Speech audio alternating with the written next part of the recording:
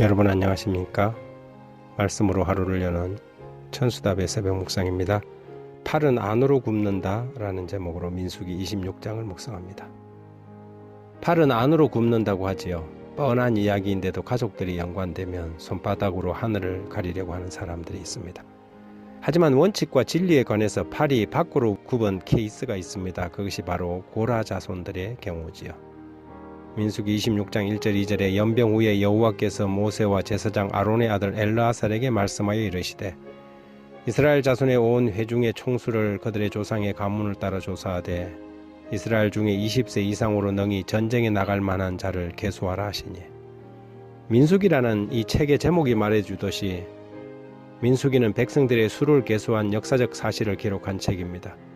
민수기에는 백성의 수를 계수한 두 번의 사건이 기록되는데 행군을 시작하기 전에 한 번 했고 이제 시딤에서 다시 한번 2차 인구조사를 실시하였습니다. 이 2차 인구조사를 언급하는 첫 구절이 연병 후에라고 하므로 이 전염병 사건과 인구조사의 연관성을 내비치고 있지요. 이 사건으로 가데스의 반역으로 하나님이 갈렙과 여호수아를 제외하고 20세 이상 가나안에 들어갈 사람이 없을 것이라던 그 말씀이 온전히 성취되었음을 말하고 있는 것입니다. 그리고 다시 한 세대가 가고 20세 이상의 인구를 다시 계수한 것이지요. 시딤에서 범한 죄로 인하여 이스라엘에게 내린 형벌은 거의 40년 전 그들이 반드시 광야에서 죽으리라는 선고를 받았던 거대한 무리 중에 살아남은 자를 다 멸망시켰던 것입니다. 요단 평야에서 진을 치고 있을 동안에 하나님의 명을 따라 백성을 계수한 중에 모세와 제사장 아론이 시내 광야에서 계수한 이스라엘 자손은 여분네의 아들 갈렙과 눈의 아들 여호수아 외에 한 사람도 남지 아니하였다고 기록하고 있습니다. 연병과 같은 전염병은 그때까지 살아남은 노쇠한 노인들에게 치명적이었을 것입니다. 그러한 한 세대가 가고 새로운 세대가 다시 가나안 입성을 눈앞에 두고 있었던 것이지요.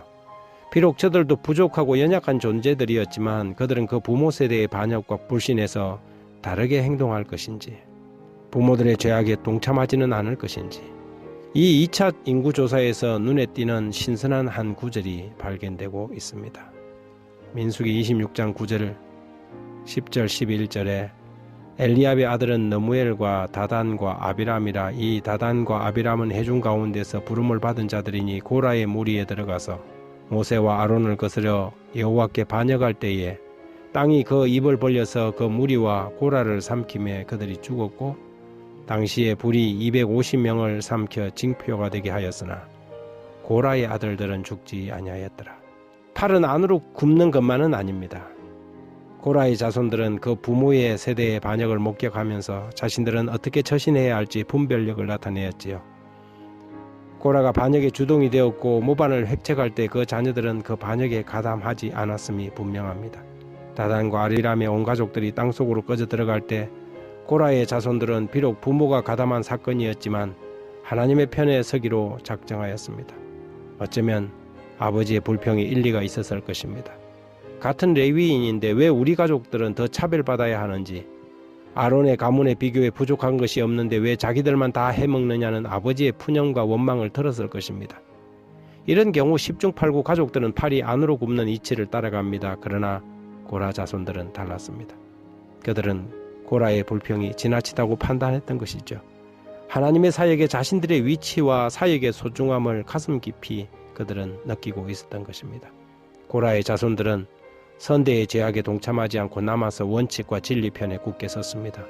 그 고라 자손의 대표적인 시에서 저들은 이렇게 노래합니다. 시편 84편 10절에 주의 궁정에서 한 날이 다른 곳에서의 첫날보다 나은즉 악인의 장막에 사는 것보다 내 하나님 성전 문지기로 있는 것이 좋사오니.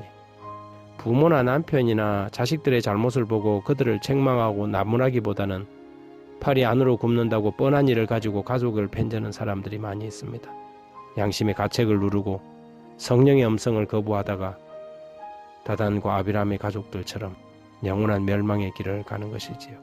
하지만 우리는 고라 자손 같아야 합니다. 손바닥으로 하늘을 가릴 수는 없는 것이지요. 이런 위험이 우리 가족들을 덮치고 고난이 밀려올 때 우리는 담대히 고라 자손의 노래를 불러야 하겠습니다. 그리고 고통스럽겠지만 팔이 밖으로도 굽는다는 것을 보여주어야 합니다. 하나님 아버지, 우리의 팔이 아니나 밖이 아니라 원칙을 향해 굽을 수 있도록 우리에게 정직한 양심과 바른 판단을 주십시오. 가족들이 바른 길을 떠날 때에 가족이라는 이름으로 같은 길을 가지 않도록 우리에게 고라자손의 용기를 주십시오. 예수님의 이름으로 기도드립니다.